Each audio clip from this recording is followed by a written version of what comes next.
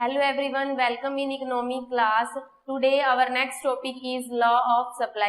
आज हम law of supply के बारे में रीड करेंगे. What is law of supply?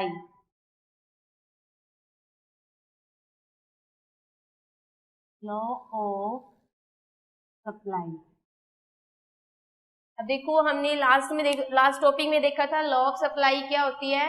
Law of supply show the relation between price and supply. Means कि जब प्राइसेस इंक्रीज होते हैं तो सप्लाई भी इंक्रीज हो जाती है एंड जब प्राइसेस डिक्रीज होते हैं तो जो सप्लाई है वो भी डिक्रीज हो जाती है.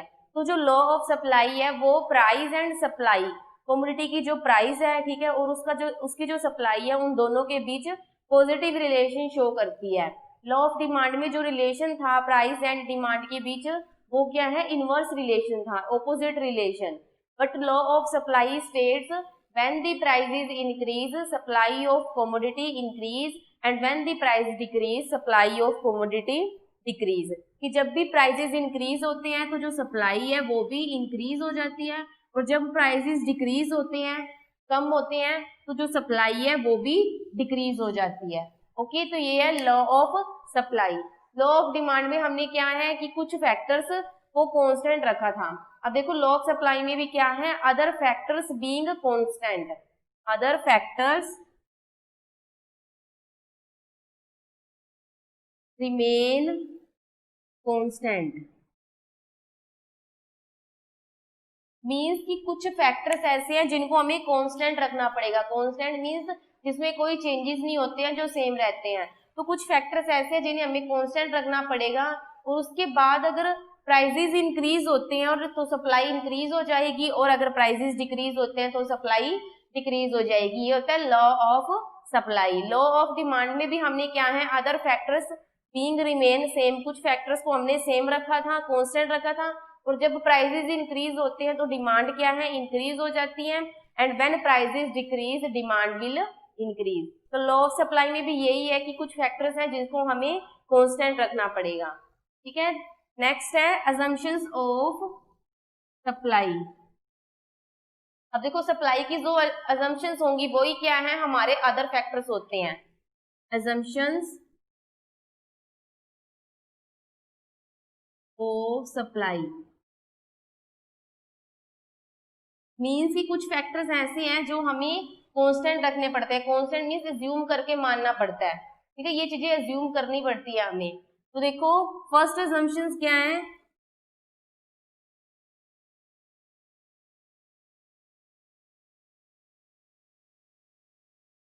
No change in factor of production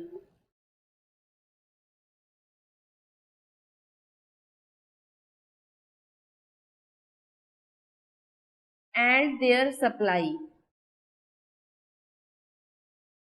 तो फर्स्ट फैक्टर कौन सा है जो हमें कांस्टेंट रखना है, जो हमें एज्यूम करके चलना है. No change in factor of production and their supply means कि अगर हम जो प्रोड्यूसर कोई भी कमोडिटी को प्रोड्यूस कर रहा है तो उस कमोडिटी को प्रोड्यूस करने के लिए जो भी फैक्टर्स ऑफ प्रोडक्शन यूज होते हैं, लाइक लेबर यूज होती है, कैपिटल यूज होती है, मशीनरी यूज होती है, तो उनमें कोई भी चेंजेस नहीं होना चाहिए. ठीक है. मशीनरी मतलब कि जो मशीनरी यूज कर रहे हैं या फिर हम लेबर यूज कर रहे हैं, कैपिटल यूज कर रहे हैं, रॉ मटेरियल यूज कर रहे हैं, उनके प्राइसेस में कोई भी चेंजेस नहीं होना चाहिए. क्योंकि अगर रॉ मटेरियल का प्राइस इंक्रीज हो गया तो जो सप्लायर है वो सप्लाई कम कर देगा. ठीक है, वो ज्यादा से ज्यादा प्रोडक्शन नहीं करेगा. तो इसलिए प्राइसेस उस कमोडिटी के मार्केट में प्राइस इंक्रीज होने के बावजूद भी वो क्या है, सप्लाई को इंक्रीज नहीं कर पा रहा है. तो इसीलिए यहाँ पे फिर क्या है, लॉ ऑफ सप्लाई को हम इम्प्लीमेंट नहीं कर सकते कि प्राइसेस इंक्रीज होने से सप्लाई है जो वो इंक्रीज होती है. नेक्स्ट assumption है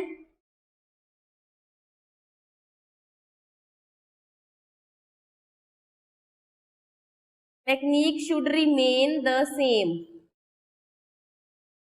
टेक्निक शुड रिमेन सेम मतलब कि जो सप्लायर है, अगर प्रोड्यूसर है, कोई भी प्रोडक्ट तैयार कर रहा है तो उसके लिए जो भी वो टेक्निक यूज करता है, मशीनरी यूज करता है, तो उसमें कोई भी चेंजेस नहीं होने चाहिए. वो क्या है, सेम रहनी चाहिए. ये हमने एज्यूम किया है.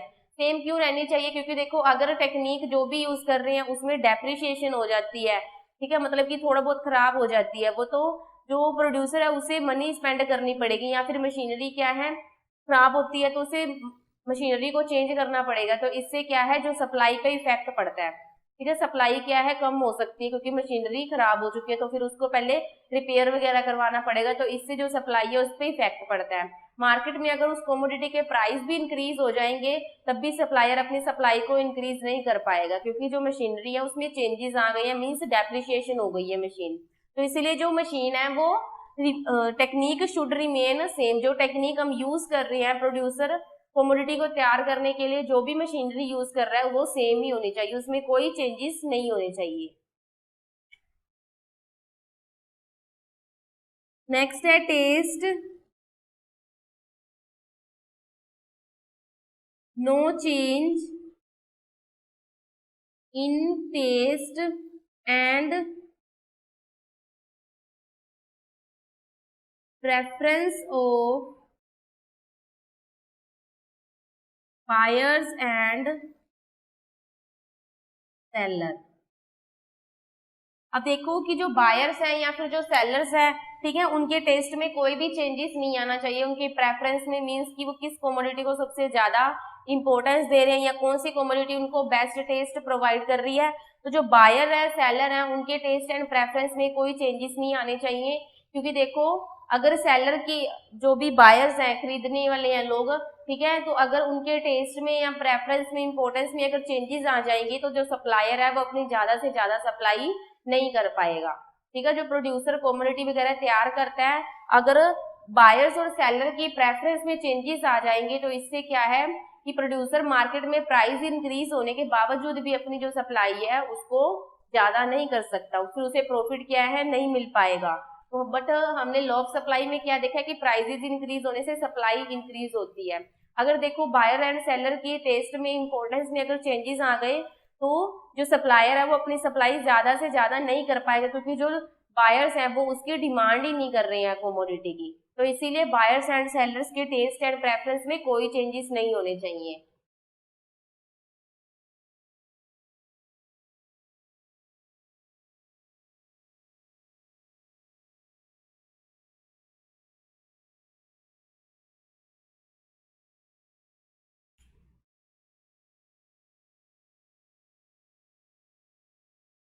नेक्स्ट असम्पशन है नो चेंज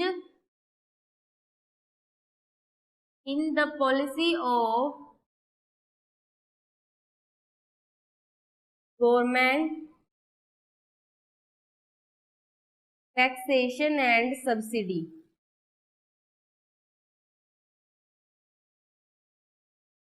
नेक्स्ट assumption है no change in the policy of government taxation and subsidy, means government की जो टैक्सेशन टैक्स से रिलेटेड जो भी पॉलिसीज है या सब्सिडी, गवर्नमेंट सब्सिडी मीन्स आर्थिक सहायता की, लाइक जैसे कि कोई फार्मर्स हैं या लोग हैं कोई भी, ठीक है, तो अगर कोई प्रोड्यूसर है कोई भी कमोडिटी प्रोड्यूस करता है तो उसके लिए उनको कोई भी रॉ मटेरियल अगर वो एक्सपेंसिव रॉ मटेरियल तो गवर्नमेंट क्या है उनको कम रेट में वो रॉ मटेरियल प्रोवाइड करवाती है। अगर हम एग्रीकल्चर एरिया में देखें तो जो फार्मर्स होते हैं उनके पास इरिगेशन फैसिलिटी नहीं होती है, या फिर जो भी उनको क्रॉप्स को ग्रो करने के लिए पेस्टिसाइड्स चाहिए होते हैं या फर्टिलाइजर चाहिए होती है तो वो बहुत ज्यादा एक्सपेंसिव होती है। बट जो फार्मर्स हैं वो पुअर होते हैं, तो इसीलिए गवर्नमेंट उनको कम रेट पे वो सब कुछ प्रोवाइड करवाती है, वो होती है सब्सिडी, ठीक है। जब भी देखो प्रोड्यूसर कोई भी प्रोडक्ट तैयार करते हैं तो गवर्नमेंट उस पर टैक्स भी लगाती है, ठीक है। तो इसीलिए no change in the policy of government taxation and subsidy, तो गवर्नमेंट के जो टैक्सेशन एंड सब्सिडी से रिलेटेड पॉलिसी उसमें चेंजेस नहीं आने चाहिए। अगर सब्सिडी से रिलेटेड पॉलिसी में चेंजेस आ गए मीन्स कि पहले जो प्रोड्यूसर को गवर्नमेंट रॉ मटेरियल कम रेट में प्रोवाइड करवा रही थी, बट अगर वो प्रोड्यूसर को रॉ मटेरियल कम रेट में प्रोवाइड नहीं करवाएगी तो प्रोड्यूसर ज्यादा से ज्यादा प्रोडक्ट तैयार नहीं कर पाएगा। तो इसीलिए मार्केट में प्राइसेस इंक्रीज होने के बावजूद भी वो क्या है अपनी सप्लाई को इंक्रीज नहीं कर सकता, ठीक है। या फिर जो टैक्स गवर्नमेंट लगाती है वो भी इंक्रीज नहीं होने चाहिए, उनमें भी कोई चेंजेस नहीं आने चाहिए। अगर टैक्स इंक्रीज हो गए, जो भी प्रोडक्शन होती है कमोडिटी की, अगर उस पर टैक्सेस ज्यादा लगाएगी गवर्नमेंट तो जो प्रोड्यूसर्स हैं वो ज्यादा से ज्यादा स्टॉक को क्या है मार्केट में नहीं बेच पाएंगे, तो इसीलिए जो सप्लाई है वो कम हो जाएगी। प्राइसेस इंक्रीज होने के बावजूद भी सप्लाई कम हो जाएगी। बट हमने लॉ ऑफ सप्लाई का कंसेप्ट कर रहे हैं, तो लॉ ऑफ सप्लाई में क्या होता है कि जब भी प्राइसेस इंक्रीज होते हैं तो सप्लाई है वो भी इंक्रीज होती है। तो इसीलिए हमें ये अज्यूम करके चलना है कि जो गवर्नमेंट की पॉलिसीज हैं उसमें कोई चेंजेस नहीं हो रहे हैं। नेक्स्ट है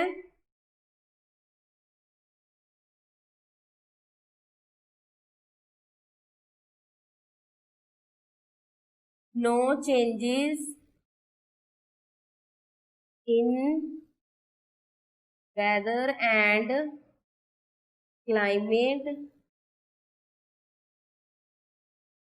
for the supply of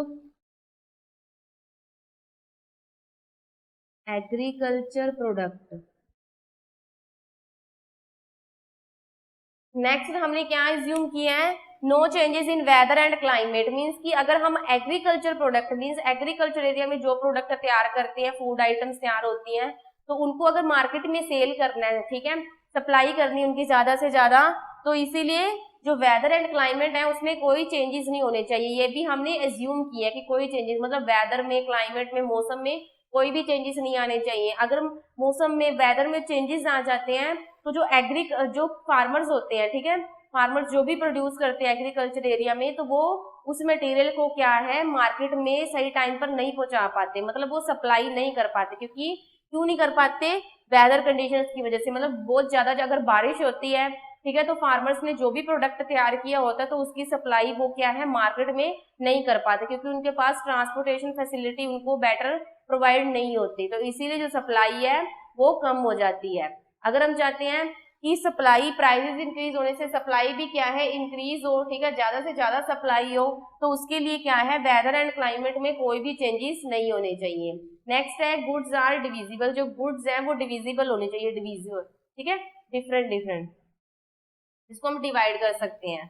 तो ये थे अजम्पशंस जिसको हमने एज्यूम करना पड़ता है लॉ ऑफ सप्लाई में। लॉ ऑफ डिमांड में भी हमने कुछ अजम्पशंस को एज्यूम किया था, तभी जो हमारा लॉ ऑफ डिमांड कंसेप्ट है, ठीक है, वो इम्प्लीमेंट हुआ था कि प्राइसेस इंक्रीज होने से डिमांड डिक्रीज हो जाएगी और प्राइसेस डिक्रीज होने से डिमांड इंक्रीज हो जाएगी।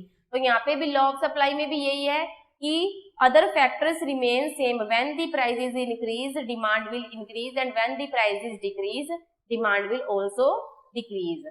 ओके, मीन्स कि कुछ फैक्टर्स हमें एज्यूम करने पड़ते हैं, कांस्टेंट मान के चलना पड़ता है, उनमें कोई चेंजेस नहीं होने चाहिए। अगर फैक्टर्स में चेंजेस होंगे तो इससे क्या है सप्लाई पे इफेक्ट पड़ेगा। वो कैसे कि अगर प्राइसेस इंक्रीज भी हो जाएंगे तब भी क्या है सप्लाई कम होगी, क्योंकि या तो जो फैक्टर्स ऑफ प्रोडक्शन उनके प्राइसेस इंक्रीज हो गए हैं, मशीनरी में चेंजेस आ गए हैं, ठीक है, और गवर्नमेंट की जो सब्सिडी या टैक्स से रिलेटेड जो भी पॉलिसी है उसमें चेंजेस होने से सप्लाई पे भी इफेक्ट पड़ सकता है। तो इसीलिए जो फैक्टर्स हैं, अदर फैक्टर्स जो हमने अभी एज्यूम किए थे वो सबको क्या है कॉन्स्टेंट रखना पड़ता है, ठीक है।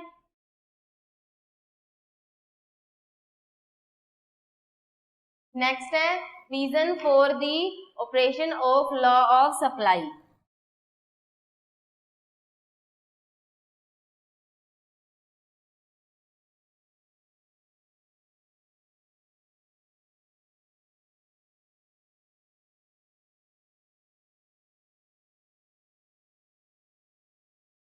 लॉ ऑफ सप्लाई के इम्प्लीमेंट होने के, लागू होने के रीजंस कौन कौन से हैं, कारण कौन कौन से हैं। फर्स्ट है at higher price the seller या the supplier try to sell more in order to earn profit. अब देखो मार्केट में कमोडिटी के प्राइस हायर होने से जो सप्लायर्स है वो क्या करते हैं ज्यादा से ज्यादा सेल करना चाहते हैं अपनी कमोडिटीज को, ठीक है, सेलर ज्यादा से ज्यादा सप्लाई करना चाहते हैं। क्यों करना चाहते हैं, ताकि उनको ज्यादा से ज्यादा प्रॉफिट हो। तो यहाँ पे भी देखो लॉ ऑफ सप्लाई की एक तरफ से जो नियम है वो लागू हो रहा है। वो कैसे कि प्राइसेस इंक्रीज हो रही है तो जो सेलर है वो ज्यादा से ज्यादा सप्लाई करना चाहता है, ठीक है।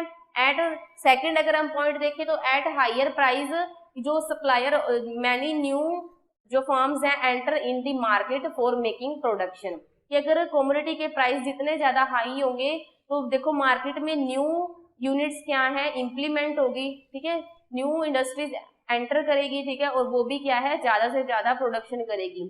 सपोज अगर मार्केट में क्लोथ्स की जो प्राइसेस हैं वो हाई हो रही हैं तो जो सेलर सप्लायर्स होंगे, प्रोड्यूसर्स होंगे, सेलर्स होंगे, वो ज्यादा से ज्यादा क्या है मार्केट में एंटर करेंगे, ठीक है, और वो क्या है, ज्यादा से ज्यादा क्लोथ्स की प्रोडक्शन करेंगे ताकि उनकी सप्लाई करने से उनको ज्यादा प्रॉफिट मिले, ठीक है। नेक्स्ट, लॉन्ग रन पीरियड में क्या होता है, देखो एक होता है short run period. Short run period में तो हम अगर प्रोड्यूसर कोई भी कमोडिटी तैयार कर रहा है तो वो उसमें कोई चेंजेस नहीं कर सकता। अगर वो फैक्टर्स ऑफ प्रोडक्शन यूज करके प्रोडक्ट वगैरह तैयार करते हैं प्रोड्यूसर, तो वो उनमें मशीनरी, रॉ मटेरियल, लैंड का साइज या लेबर वगैरह उनको चेंज नहीं कर सकते क्योंकि उनके पास टाइम पीरियड कम होता है, ठीक है। बट लॉन्ग टाइम पीरियड में क्या है कि जो फैक्टर्स ऑफ प्रोडक्शन है वो वेरिएबल होते हैं। वेरिएबल मीन्स जिनको हम चेंज कर सकते हैं। लॉन्ग टाइम पीरियड में हमारे पास बहुत टाइम होता है, तो अगर मशीनरी में कोई भी डेप्रिसिएशन हो जाती है तो जो प्रोड्यूसर्स हैं वो मशीनरी को चेंज भी कर सकते हैं, या लेबर्स अगर उसको कम लगता है कि लेबर कम है, वो प्रोडक्ट ज्यादा तैयार नहीं कर पाएंगे तो वो ज्यादा लेबर यूज कर सकते हैं, ठीक है। अगर उनको जिस लैंड पे वो अपने प्रोडक्ट वगैरह तैयार कर रहे हैं, प्रोड्यूस कर रहे हैं, अगर वो लैंड उनको बेटर नहीं लग रही तो वो उनका साइज वगैरह चेंज कर सकते हैं, कहीं और शिफ्ट कर सकते हैं, ठीक है। तो मतलब कि लॉन्ग टाइम पीरियड में क्या है कि जो प्रोड्यूसर्स होते हैं उनके पास टाइम होता है कि वो फैक्टर्स ऑफ प्रोडक्शन में चेंजेस कर सकते हैं। फैक्टर्स ऑफ प्रोडक्शन है वो वेरिएबल होती है, चेंज हो सकते हैं। तो इसीलिए क्या है कि फैक्ट मशीनरी अगर खराब हो गई है तो उसमें चेंज करके क्या है, न्यू मशीनरी को यूज करके कमोडिटी की जो प्रोडक्शन है उसको ज्यादा से ज्यादा इंक्रीज किया जा सकता है और उसकी सप्लाई भी इंक्रीज हो सकती है, ठीक है। ये सिर्फ ओनली लॉन्ग रन में हो सकता है। शॉर्ट रन पीरियड में क्या है कि हम फैक्टर्स ऑफ प्रोडक्शन को चेंज नहीं कर सकते क्योंकि जो प्रोड्यूसर है उसके पास बहुत कम टाइम होता है। अगर वो फैक्टर्स ऑफ प्रोडक्शन को चेंज करेंगे तो इससे उनकी जो सप्लाई है, ठीक है, उस पे क्या, प्रोडक्शन पे ज्यादा इफेक्ट पड़ेगा। नेक्स्ट है schedule, supply schedule and supply curve.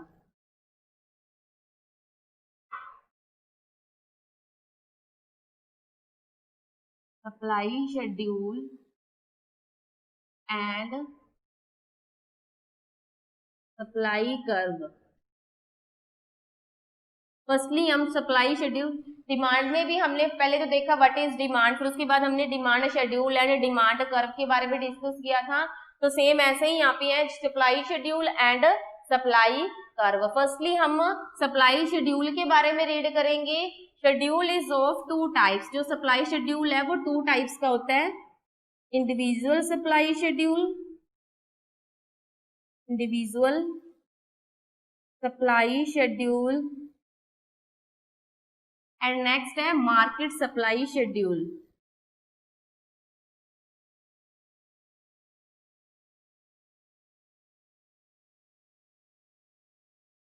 Demand के कंसेप्ट में भी जो डिमांड शेड्यूल है उसकी भी टू टाइप्स थी, individual demand schedule and market demand schedule. तो यहाँ पे भी जो सप्लाई शेड्यूल है उसकी भी टू टाइप्स है, individual supply schedule and market supply schedule, जिसके बारे में हम वन बाय वन डिस्कस करेंगे। तो firstly what is individual supply schedule.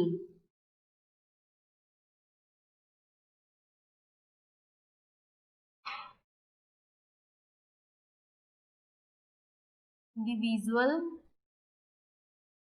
Supply schedule,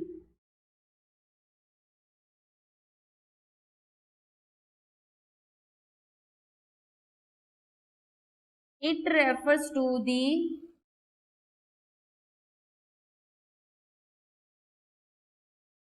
different quantities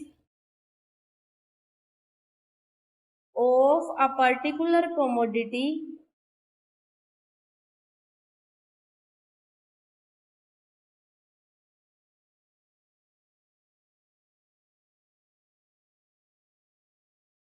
which the seller is ready to sell at different price level at a particular period of time।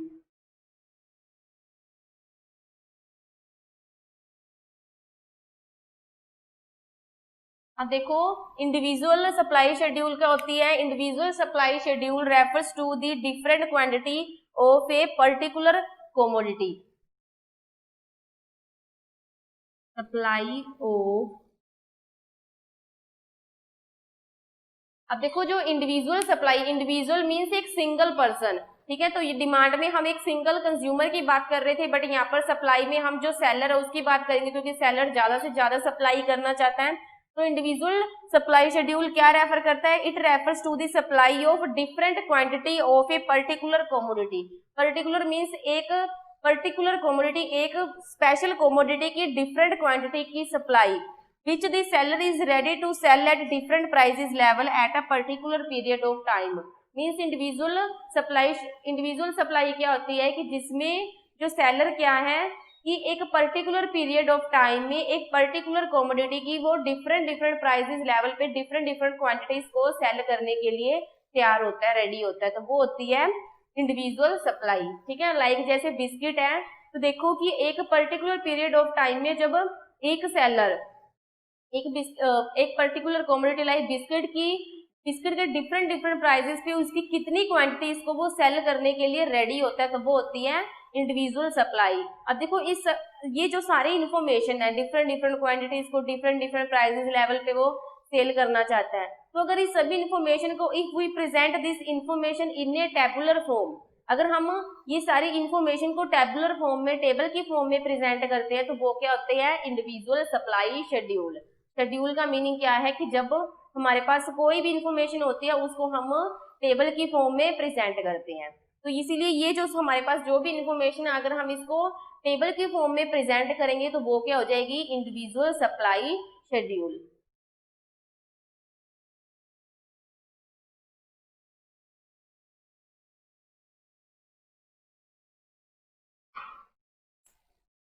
यहाँ पे हम लेते हैं price,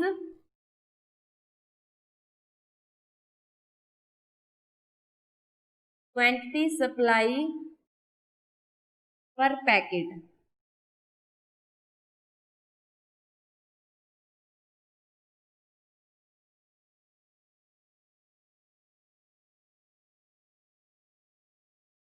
देखो कि अगर बिस्किट के पैकेट का प्राइस 10 रुपीज है, if the price of biscuits packet, ठीक है, बिस्किट के पैकेट का प्राइस 10 रुपीज है, और जो सेलर है, इंडिविजुअल सेलर की बात कर रहे हैं, एक सिंगल सेलर की बात कर रहे हैं, तो वो पर डे कितने पैकेट्स को वो सेल करना चाहता है?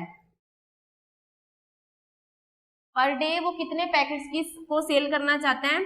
300 क्वांटिटी मीन्स 300 बिस्किट के पैकेट की सप्लाई करना चाहता है। If the price of biscuit increase 10 to 20 rupees, अगर बिस्किट के पैकेट का प्राइस इंक्रीज हो जाता है 10 से 20 रुपीज हो जाता है, तो वो क्या करेगा? सप्लायर अपनी सप्लाई को और इंक्रीज कर देगा 400। ठीक है। अगर बिस्किट के पैकेट का प्राइस 20 से 30 रुपीज हो जाता है, तो सप्लायर अपनी सप्लाई को 500 क्वांटिटी कर देगा, मीन्स कि पर डे में वो 500 क्वांटिटीज बिस्किट की सेल करना चाहता है। ठीक है। If the price of biscuit increase 10 to 40, ठीक है, अगर बिस्किट के पैकेट का प्राइस 40 रुपीज हो जाता है, तो जो सप्लायर्स हैं वो अपनी सप्लाई को भी इंक्रीज कर देगा। ठीक है। तो हमने लॉ ऑफ सप्लाई में देखा था कि जब भी प्राइसेस इंक्रीज होते हैं तो जो सप्लाई है वो इंक्रीज होती है। देखो पहले प्राइस 10 रुपीज था, तो उस टाइम पे सप्लाई पर डे में कितनी करना चाहता था सेलर? 300 क्वांटिटीज। जैसे ही प्राइसेस इंक्रीज हुआ 10 से 20, 30, 40, तो जो सप्लाई है वो भी क्या है? इंक्रीज हो गई। मीन्स कि हमने जो डिफरेंट इंडिविजुअल सप्लाई शेड्यूल है वो क्या रेफर करता है? एक पर्टिकुलर पीरियड टाइम में प्राइसेस के डिफरेंट लेवल पे जो सप्लायर है वो डिफरेंट क्वांटिटीज को सेल करने के लिए रेडी होता है। तो उस सारी इंफॉर्मेशन को हमने टेबल के फॉर्म में प्रेजेंट कर दिया, तो ये क्या है? Individual supply schedule. ठीक है। अब हम सप्लाई कर्व के बारे में डिस्कस करेंगे, मींस की जो इंडिविजुअल सप्लाई शेड्यूल है उसको सप्लाई कर्व के फॉर्म में प्रेजेंट करेंगे। मैंने आपको पहले भी बताया था कंसेप्ट ऑफ डिमांड में कि जो भी शेड्यूल में जो हमें इन्फॉर्मेशन दी होती है और जो सप्लाई कर्व में जो हमें इन्फॉर्मेशन देंगे वो दोनों इन्फॉर्मेशन सेम होगी, बट शेड्यूल और कर्व में डिफरेंस क्या होता है कि शेड्यूल में हमें जो भी इन्फॉर्मेशन दी होगी वो टेबुलर फॉर्म में दी होती है, and information in the supply curve में जो हमें इन्फॉर्मेशन प्रोवाइड होगी वो डायग्रामेटिकल वे में होगी, मींस डायग्राम की फॉर्म में वो प्रेजेंट की होगी। अब हम यहाँ पे इंडिविजुअल सप्लाई शेड्यूल को प्रेजेंट करते हैं। Y axis, X axis, Y axis पे प्राइस को प्रेजेंट किया है, एक्स एक्सिस पे supply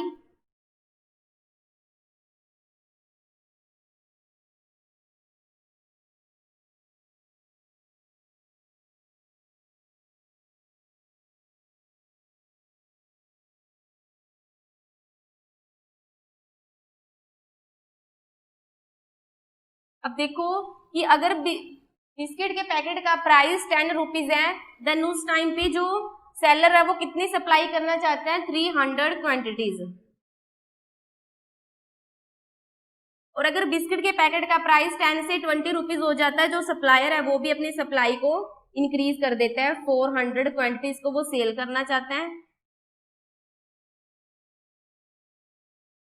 if the price of biscuit packet increase 20 to 30, ठीक है, मीन्स बिस्किट के पैकेट का प्राइस अगर 20 से 30 रुपीज हो जाता है तो जो सप्लायर है वो अपनी सप्लाई को इंक्रीज कर देता है, मीन्स वो पर डे में क्या है 500 क्वांटिटीज सेल करेगा, 500। और अगर प्राइस इंक्रीज होने से प्राइस 30 से 40 होता है तो जो सप्लाई है वो भी इंक्रीज होके 600 क्वांटिटीज हो जाती है।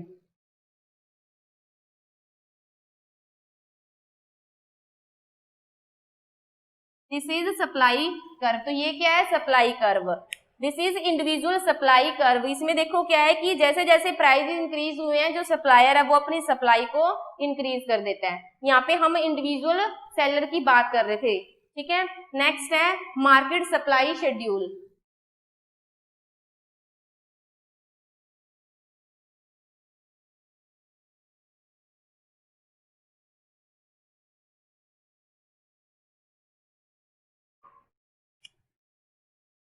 Market supply schedule. देखो जो मार्केट में क्या है, डिफरेंट डिफरेंट टाइप्स की फर्म्स होती हैं, ठीक है। तो देखो मार्केट सप्लाई शेड्यूल में क्या होता है कि जब लार्ज ग्रुप ऑफ फर्म्स हैं, ठीक है, या सेलर्स हैं, वो एक पर्टिकुलर कमोडिटी को डिफरेंट डिफरेंट प्राइसेस लेवल पे सेल करने के लिए तैयार होते हैं, तो वो होती है market supply. It refers to the supply of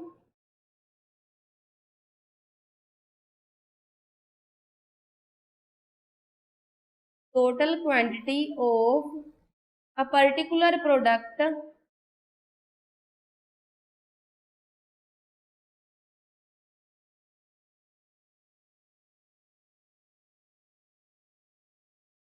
which all the seller is ready to sell at a particular price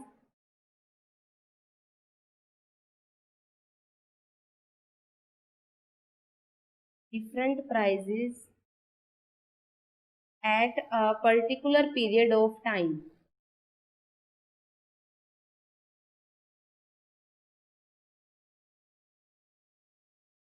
अब देखो what is market supply schedule. It refers to the supply of total quantity of particular commodity which all the seller is ready to sell at different prices at a particular period of time. अब देखो market supply में क्या है कि जिसमें एक से ज्यादा, ठीक है, 4-5 सेलर्स क्या है, एक पर्टिकुलर टाइम में प्राइसेस के डिफरेंट डिफरेंट लेवल पे जो एक पर्टिकुलर कमोडिटी की कितनी क्वांटिटी को वो सेल करना चाहते हैं, वो होती है हमारी मार्केट सप्लाई शेड्यूल। जैसे हमने मार्केट डिमांड में किया था कि जिसमें ग्रुप ऑफ कंज्यूमर मिलकर मार्केट में प्राइसेस के डिफरेंट डिफरेंट लेवल पे कितनी क्वांटिटीज की वो डिमांड करते हैं, ठीक है। तो यहाँ पे भी मार्केट सप्लाई शेड्यूल में क्या है कि यहाँ पे हम सिंगल सेलर को नहीं ले रहे हैं, यहाँ पे हम ग्रुप ऑफ सेलर्स को ले रहे हैं जो कि मार्केट में एक स्पेशल प्रोडक्ट लाइक बिस्किट की वो कितनी टोटल क्वांटिटी को सेल करने के लिए तैयार होते हैं in a given period of time. अब देखो ये जो हमारे पास मार्केट सप्लाई शेड्यूल में जो भी इंफॉर्मेशन है इसको हम टेबल की फॉर्म में प्रेजेंट करेंगे, तो वो हो जाएगी market supply schedule. Suppose market supply schedule में हम 2 सेलर्स की एग्जांपल लेते हैं, प्राइस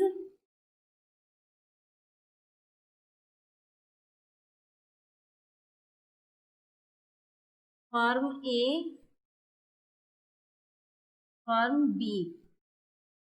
अब देखो कि मार्केट में अगर 2 फर्म्स हैं, ठीक है, तो देखो कि अगर बिस्किट के पैकेट का प्राइस 10 है तो जो फर्स्ट फर्म है वो कितनी सप्लाई करना चाहती है पर डे, 300 यूनिट्स, 300 क्वांटिटीज हैं बिस्किट की वो सप्लाई करना चाहती है। और फर्म बी 400 क्वांटिटीज सप्लाई करना चाहती है। और अगर बिस्किट के पैकेट का प्राइस इंक्रीज हो जाता है, 10 से 20 रुपीज हो जाता है, तो जो फर्म ए है वो अपनी सप्लाई को इंक्रीज कर देगी 400 और जो फर्म बी है वो 500 कर देगी सप्लाई, ठीक है। अगर बिस्किट के पैकेट का प्राइस 20 से 30 रुपीज हो जाता है तो जो फर्म ए है वो भी अपनी सप्लाई को इंक्रीज कर देगी, एंड फर्म बी क्या है 500 क्वांटिटी से अपनी सप्लाई को इंक्रीज करके 600 क्वांटिटी कर देगी।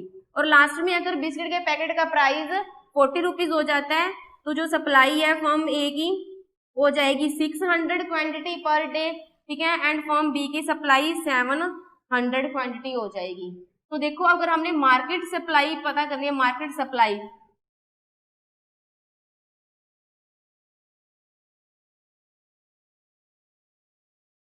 तो हम जो firm A and firm B कितनी क्वांटिटी को पर डे में सेल करना चाहती है उनको प्लस कर देंगे। 300 plus 400 equal 700, 400 plus 500 equal 900,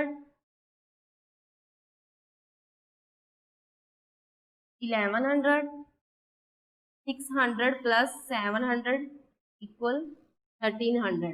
means कि जो मार्केट सप्लाई है वो कितनी हो जाएगी 700, 900, 1100 एंड 1300। प्राइस का अगर प्राइस 10 रुपीज है तो जो मार्केट सप्लाई है वो कितनी होगी 700 क्वांटिटीज की। अगर प्राइस 20 है तो 900 क्वांटिटी, और अगर प्राइस 20 से 30, 40 हो जाता है तो सप्लाई भी क्या है इंक्रीज हो जाएगी 1100 से 300, 1300। अब देखो इसको हम मार्केट सप्लाई शेड्यूल को मार्केट सप्लाई कर्व की फॉर्म में प्रेजेंट करेंगे। Y axis, X axis price supply,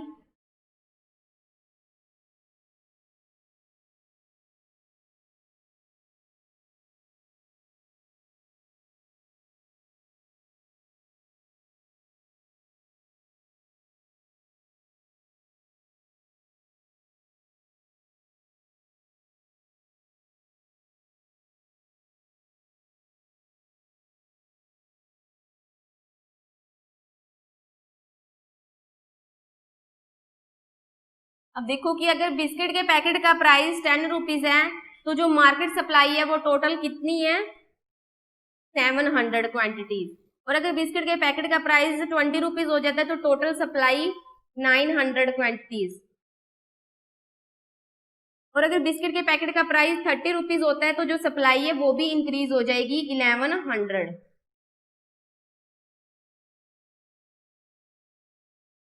और लास्ट में अगर बिस्किट के पैकेट का प्राइस 40 रुपीज होता है तो सप्लाई है वो 1300 हो जाएगी।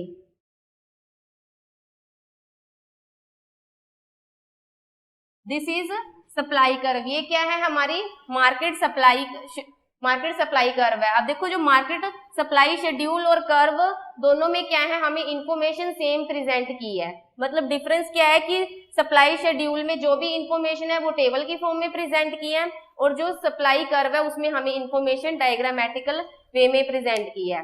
Okay, thank.